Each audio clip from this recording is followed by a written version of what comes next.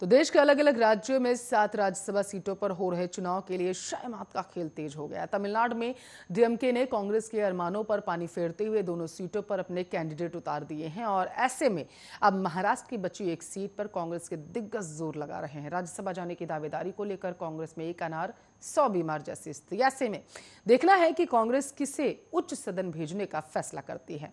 आपको बताते चले कि तमिलनाडु की 2 सीट, पुडुचेरी, असम, मध्य प्रदेश, महाराष्ट्र और बंगाल की एक एक सीट पर 4 अक्टूबर को चुनाव होने हैं। कांग्रेस को 2 राज्यसभा सीटों पर चुनाव लड़ने की संभावना, एक तमिलनाडु में और दूसरी महाराष्ट्र की राज्यसभा सीट पर। 4 महीने पहले हुए तमिलनाडु विधानसभा चुनाव के समय डीएमके ने कांग्रेस को 25 सीटें लेकर चुनावी समझौता किया था और इसके साथ साथ आपको ये भी बताते चले कि कम सीटें देने की एवज में उसे एक राज्यसभा सीट का वादा किया गया था। तमिलनाडु में एक सीट के लिए होड़ में जुटे कांग्रेस के आधी दर्जन नेताओं की उम्मीदों को मंगलवार को तगड़ा झटका लगा। डीएमके ने राज्य के मेडिकल विंग के सचिव डॉक्टर कनिमोझी एनवीएन मोमू और नमक्कल को जिला प्रभारी केआरएन राजेश कुमार को राज्यसभा उम्मीदवार बनाया है। डीएमके की ओर से राज्य की दोनों सीटों पर उम्मीदवार उतारने की घोषणा के साथ कांग्रेस नेताओं की उम्मीदें खत्म हो गई।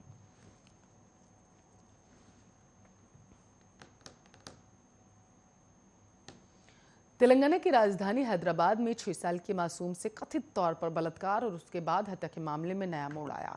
अब हैदराबाद सिटी पुलिस ने रेप और मर्डर के आरोपी पी राजू की जानकारी देने वाले 10 लाख रुपए की इनाम की घोषणा कर दी। हैदराबाद शहर के सईदाबाद इलाके की सिंगरेनी स्लम कॉलोनी में 9 सितंबर को 6 साल की बच्ची अर्धनग्न अवस्था में पड़ोस के घर में मृत मिली थी। बच्ची से बलात्कार और फिर हत्या का मुख्य आरोपी राजू, जिसकी उम्र लगभग 30 साल बताई जा रही है। शुरुआत में हैदराबाद पुलिस ने दावा किया था कि आरोपी को कुछ घंटों में ही पकड़ लिया जाएगा, लेकिन संदिग्ध अभी भी फरार।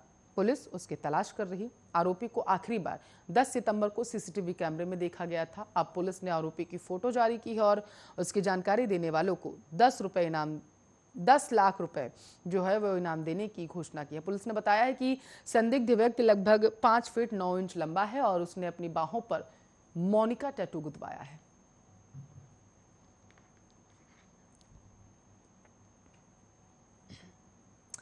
तो बॉलीवुड अभिनेता सोनू सूद के घर का आयकर विभाग ने आज सर्वे किया है। आयकर विभाग की टीम सुबह सोनू सूद के आवास पर पहुंची थी। सूत्रों के मुताबिक आईटी विभाग ने सोनू सूद से जुड़े 6 जगहों का सर्वे किया। हालांकि कोई भी दस्तावेज जब्त नहीं किया गया।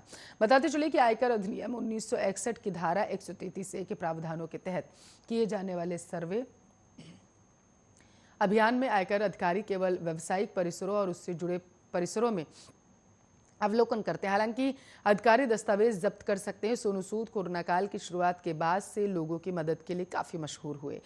कई लॉकडाउन, आपको बता चले, कड़े लॉकडाउन में लोगों को घर पहुंचाना हो या फिर किसी बीमारी को दवा उन्हें मदद की थी।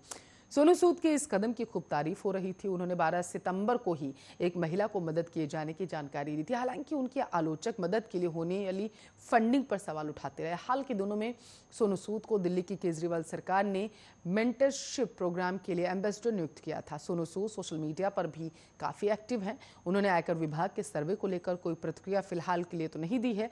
सोनू ने मंगलवार को ट्वीट कर कहा था कि चलो नया रास्ता बनाए किसी और के लिए।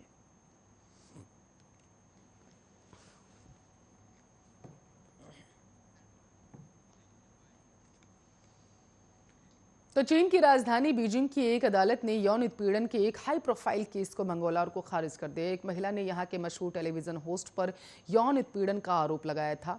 कोर्ट ने अपने ऑर्डर में कहा कि महिला ने जो आरोप लगाए हैं उन्हें साबित करने के लिए सबूतों के अभाव के चलते हम इस केस को खारिज कर रहे हैं। चीन में 2018 में मी टू मूवमेंट के दौरान ये मामला सबसे अधिक चर्चा में रहा था। पीड़ित महिला झाओ शियावान ने चीन के नेशनल ब्रॉडकास्टर चैनल सीसीटीवी के एंकर झू जून पर ये यौन उत्पीड़न का मामला दर्ज कराया था। आपको बताते चले, शियावान ने आरोप लगाया था कि साल 2014 में जिस समय वो इस चैनल में बतौर इंटर्न काम कर रही थी, उस समय झू जून ने उनका यौन उत्पीड़न किया था। पीड़ित महिला ने अपने आरोपों को लेकर ऑनलाइन पोस्ट भी डाली थी। सीसीटीवी के एंकर झू जून ने महिला द्वारा अपने ऊपर लगाए गए आरोपों को सिरे से नकार दिया और शियावान के खिलाफ मानहानि का भी दावा किया। ऐसा माना जा रहा है कि कोर्ट के इस ऑर्डर के बाद चीन के मी टू मूवमेंट पर बहुत बड़ा ज्यादा असर पड़ सकता है। इस मामले में झाओ शियावान ने साल 2018 में कहा था कि वो भारत में चल रहे मीटू मूवमेंट से बहुत ज़्यादा इंस्पायर हुई थी, जिसके बाद उन्होंने ये मामला सामने लाने का फैसला किया था। उन्होंने कहा था कि भारत में चल रहा मीटू मूवमेंट मेरे लिए आगे बढ़ने और इंस्पायर होने का एक बहुत बड़ा कारण